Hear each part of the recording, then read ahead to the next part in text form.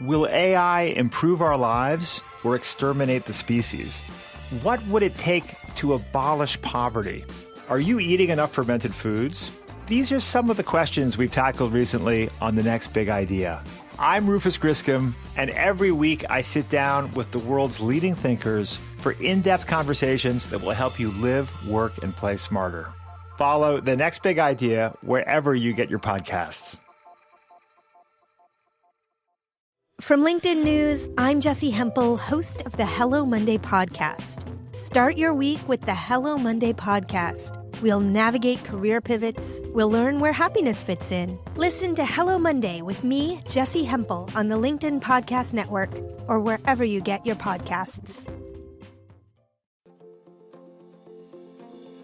Hello, my friend, and welcome to another episode of Negotiate Anything. Thanks for spending time with us today. It's listeners like you in 181 different countries that have made Negotiate Anything the most popular negotiation and conflict resolution podcast in the world. I'm your host, Kwame Christian. I'm a business lawyer, mediator, professor, and the director of the American Negotiation Institute. Before we get started, I have two quick questions for you. Is negotiation a critical part of what you do?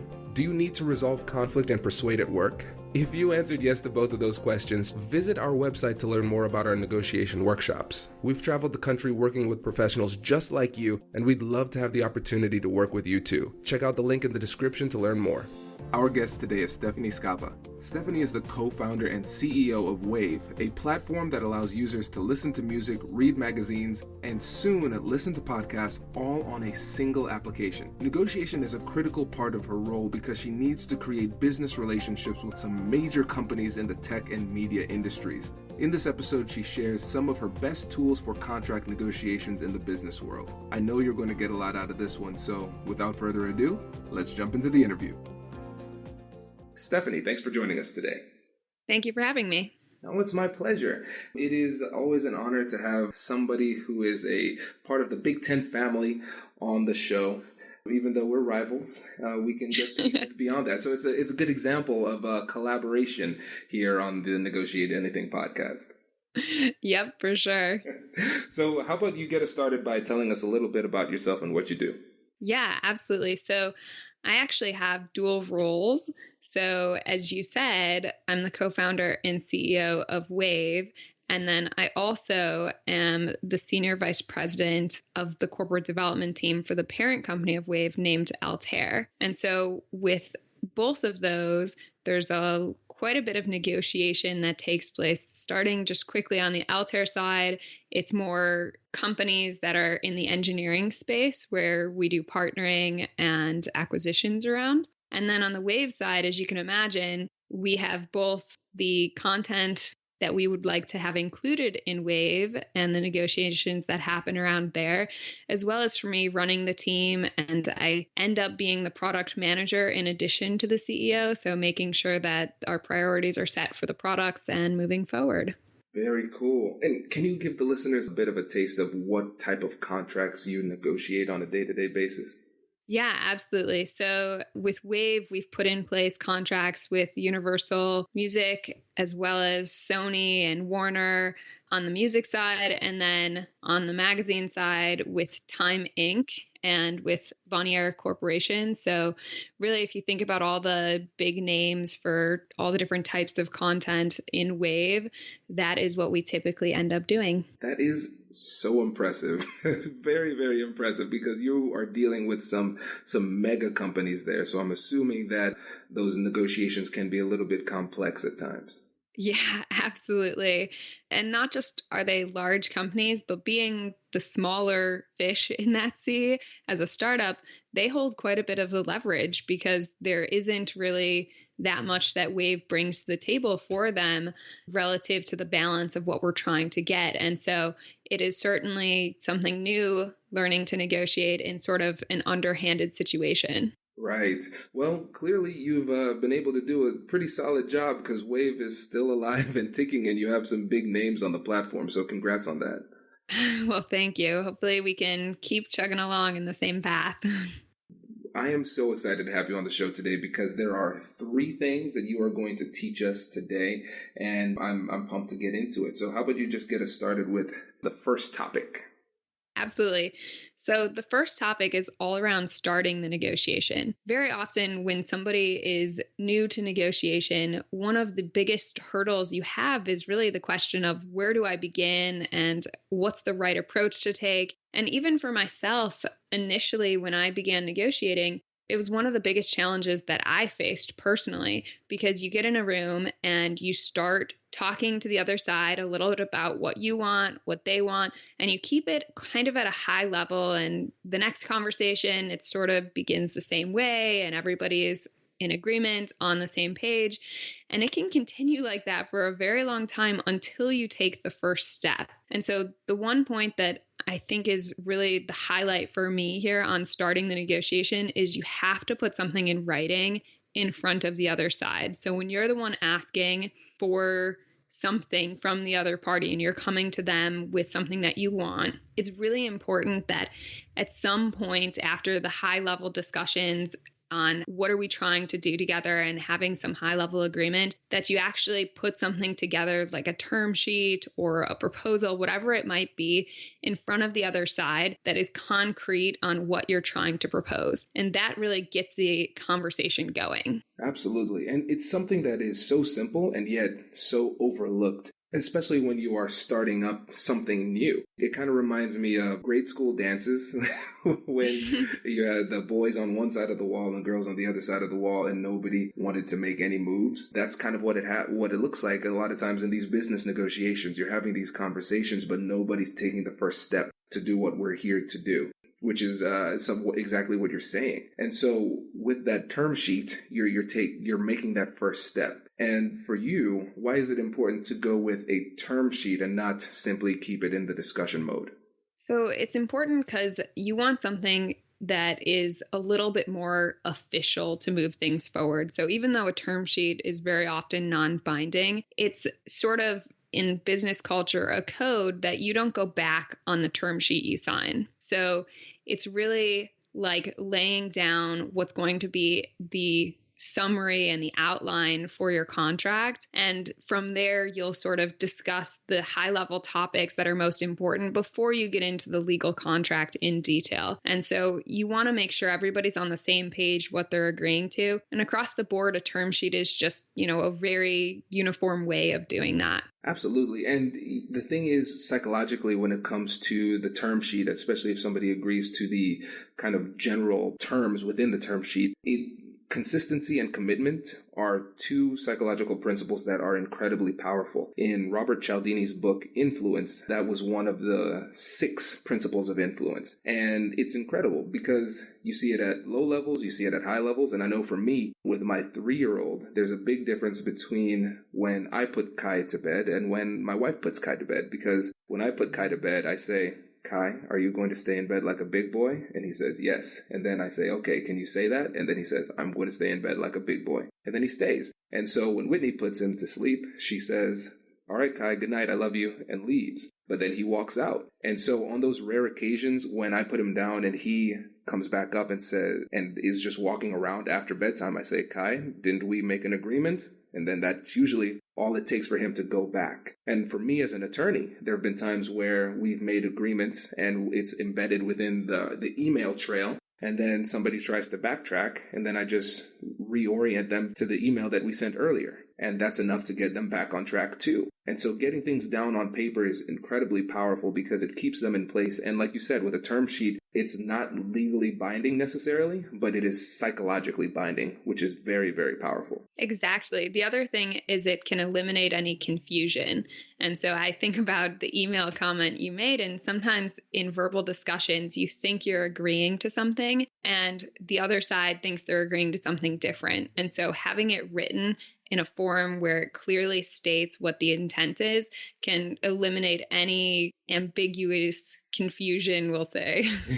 Exactly. Because the thing is, we are biased towards ourselves. And whenever there's ambiguity, we are going to interpret that ambiguity in our favor and against other people. And so if you have that kind of nebulous term out there, you think it's good for you, they think it's good for them. And then when you get the larger contract, then everybody is all in huff and a puff because they see it's something completely different. And that also kind of, this is putting my lawyer hat back on. This is why it's so important to control drafting. When it gets to that stage, not only do you want to be the person putting forward the term sheet, you want to have your attorneys drafting the contract, because as attorneys, our job is to write these contracts in a way that is in our favor, that gives us the most protection. And so not only are you going to make sure that the terms are written in a way that meets your understanding and meets your needs, but also the warranties, the indemnification clauses, all of those boilerplate terms, those clauses are going to be in your favor as well. So controlling the drafting from term sheet to contract is going to be critical. Yep. Perfect. Does your company invest in professional development training? If you believe that your team would benefit from a negotiation workshop, all you need to do is go to our website, fill out the workshop request form, and then we'll set up a time to chat. These workshops are completely customizable, and we've done them all around the country. Negotiation and conflict resolution skills are beneficial across all professions, but they're especially useful in procurement, purchasing, sales, sourcing, and contract management. Our calendar is filling up quickly, and we even have some workshops scheduled for next year. If you think you might want one, I'd suggest reaching out soon so you don't miss out. Check out the link in the description to learn more. And now, back to the show. Brace the rudders! Raise the sails! Raise the sails! Captain, an unidentified ship is approaching. Over. Roger. Wait, is that an enterprise sales solution? Reach sales professionals, not professional sailors. With LinkedIn ads, you can target the right people by industry, job title, and more. We'll even give you a $100 credit on your next campaign. Get started today at linkedin.com/marketer. Terms and conditions apply. So what is tip number 2? Tip number 2 is to listen. And I know everybody says, listen to what other people have to say, but what I'm talking about is really an active listening state. So very often when we're in an argument or a conflict with somebody else, we're too busy preparing the next thing we're going to say to counter the points that the other side is making, and we're not doing enough listening. And one of the biggest things I have learned in negotiation is you're better off to spend your time actively listening and trying to hear the other side and understand what they're saying, why they're saying it, and really wrap your mind around that aspect, and then take a little bit longer to form your own thoughts before you respond than you are to come right back immediately with a response and, have something right away ready because you weren't listening 100%. Yeah, I think that's brilliant. And it's something that, like you said, everybody says it, but I don't think many people really go too deeply into it when it comes to listening, because the key term that you said was active listening. And listening is more than the cessation of speech. It's not just the fact that you stop talking and you're listening, but it's an active process. In my book, I coined the term 70-30 rule. And so in my negotiations and my mediations, my goal is to keep the breakdown of conversation 70-30, where I'm listening 70% of the time and only speaking 30% of the time. Because I know if I'm able to maintain that ratio of conversation, I'm creating an information asymmetry in my favor. And knowledge is power. That holds true in this case. And if I'm talking, I'm most likely not learning. So I want to be able to extract as much information as possible from the other party during the conversation. And in your opinion, what is it that makes this so difficult for people to do? Because we all know it's important. Why can't we do it? I think it's just our natural state where when we hear something that we don't agree with right away, our first reaction is to try to disagree with it and to come up with all the reasons why they're not right. And you have to sort of fight against that and remember that, okay, well, that'll be important later. The important thing to do right now is to hear what they're saying, and most importantly, why are they saying it? Because very often what somebody says is not the full extent of what they're intending to get across or the rationale for why they're saying it. And so it's important to, spend that time. And I 100% agree with the 70-30 breakdown. It's really critical. Yeah. People often feel safer when they're talking. And if you ask great questions, you can kind of exploit that to get more information. And with that breakdown of 70-30, I know that they feel like they're in control of the conversation, when in reality, it's the person asking the question who's in control. of the conversation. And so it's tough, and it makes you feel a little bit vulnerable. But as you start to practice, you become a little bit more comfortable doing it. And once you start to see the positive results with these interactions, then you start to feel a lot better about it because your outcomes are more favorable. Yep. And the best way, sort of as you mentioned here, to make sure you're listening is to continue to ask questions. So when you're actively listening to something that they're saying, the best next thing you can do instead of trying to respond with an argument is to ask a question, to really get into what they're trying to communicate. Because what you'll find is by asking questions, even if you think that they won't answer them or that they're obvious, sometimes you might get a different answer than you expect. Exactly. I love it. Very cool. All right. Let's move on to number 3 and my personal favorite. So number 3 is that sometimes it's okay to play stupid. The key here is you have to recognize exactly what's happening. And sometimes I've had this actually happen to me on the other side, where the other side played stupid to me the first time I saw this many years ago. And what the advantage is if you play stupid is it gives you the opportunity to ask different questions and not necessarily acknowledge the other side. And so while you're listening to the other side, it's okay to pretend like you don't understand something or you didn't understand the math that went on. So that's exactly what happened to me. To give a concrete example, I was in a negotiation and I was doing some financial estimations, and the other side just couldn't seem to understand how I got to the number, which worked out perfectly for them because no matter how I explained it, they just disagreed and stuck to their number. And the key here is that very often people will give in if you're playing stupid and you're not understanding. They may give in more than you'd realize. And at the same time, it gives you a chance to ask questions and really dive into, what's happening, and maybe they're not seeing things your perspective and see a little bit further. So yeah, I think it's brilliant. It's so simple, but so powerful. Because like you said, in that situation, you kept on explaining the number and they kept on acting like they didn't get it. And after a while, it kind of shakes your confidence. Like, am I crazy? What's happening here?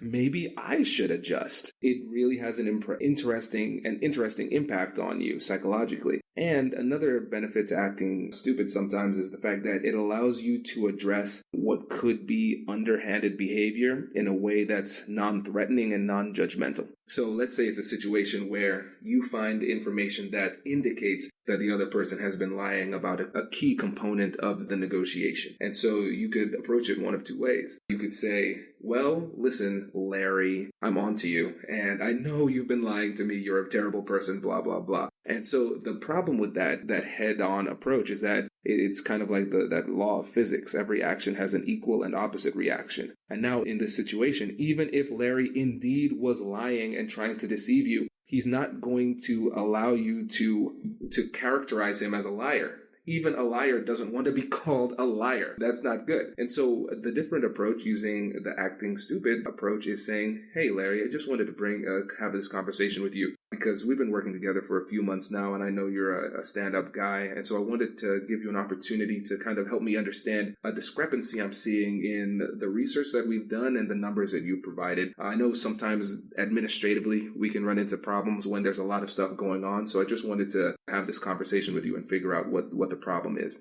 And if you approach it that way, then it gives him the opportunity to say face, oh, my bad, I was wrong, let's change this. And it's a lot more non-confrontational. Yep, absolutely. The other aspect to this is recognizing when somebody is playing stupid to you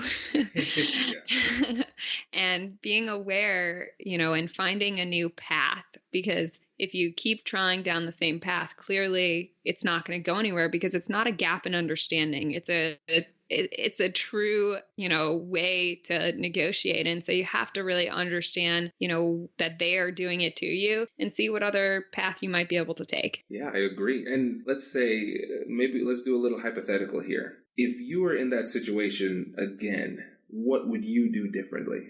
So in that situation, the key for me would be to try to put it back on them to explain first what they're doing and how they got there. And oftentimes I find it can be really helpful to have a whiteboard where you can get up there and you can write some of these things out. And so you can follow the path of thinking a little bit more clearly. And then if there's a specific point where it changes, you can sort of say, well, I'm not sure I follow how you got to that point. And so rather than trying to force your idea, you're forcing the other side to explain theirs in more detail. And so that's one path. The other path, I would say, is scrapping the whole concept and coming at it from an entirely different approach, which can mean that instead of going down to the nitty-gritty calculation in a number, you just say, well, for us, we feel like going this path and this number is the right way, and here's the rationale for why that isn't mathematical maybe. And so you really can try many different paths, and sometimes you have to try all of them.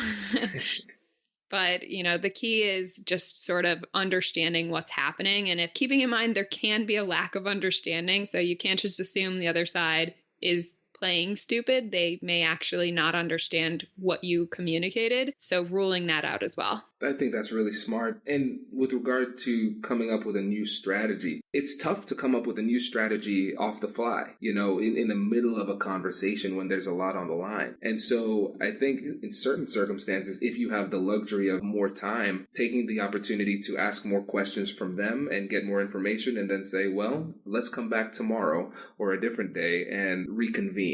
Because a lot of times, for me at least, it's difficult to come up with a new plan of attack in the middle of a conversation. I totally agree. And that's the lawyer in you coming out, because that's what typically your lawyer is best at in most of the negotiations. When you've got somebody on the business side and you've got somebody on the legal side, oftentimes your lawyer is sort of your voice of reason to remind you to take a breath and let's come at it a different way tomorrow. So they always say, let's put a pin in it. Yes. Yes. It's funny. We're very risk averse. And so we recognize that you can't put the toothpaste back in the tube sometimes. So we want to avoid those terrible situations where we make a mistake by trying to freestyle in the middle of a conversation. Yep, absolutely. And I think it's important, to have somebody like that when you are thinking about it in negotiation. It's really key to understand exactly what you're going to put on the table, because while you're freestyling, you can't take it back. So you have to make sure anything you're going to propose, you're ready for the other side to accept, just as is. Exactly. Very cool. Well, is there anything else you'd like to add to these 3 points before we go? No, I think that really covers it. I think there's the obvious stuff of compromising and, trying to understand what the other side is thinking and all of those things. But these are definitely the high-level tips I would propose. Perfect. And before you go, there was also a gift you had for the Negotiate Anything audience. There is. So the first 500 people who enter the promo code NEGOTIATE when they sign up at WEYV.com, WEYV.com, will get you 2 months of WEYV free, no strings attached. Fantastic. This is exciting. Yes. Thank you so much for your generous gift. And audience, please take advantage of that. I think that's a great offer. And Stephanie, thank you so much for coming on the show. This has been great. Thank you again for having me. My pleasure. Hey, thanks for listening to this episode. If you're liking what you're hearing, please leave a review and subscribe, and tell your friends. Our goal is to help as many people as possible, and when you leave reviews, it makes it easier for people to find us in the searches. Thanks again for being a listener. I'll catch you in the next one.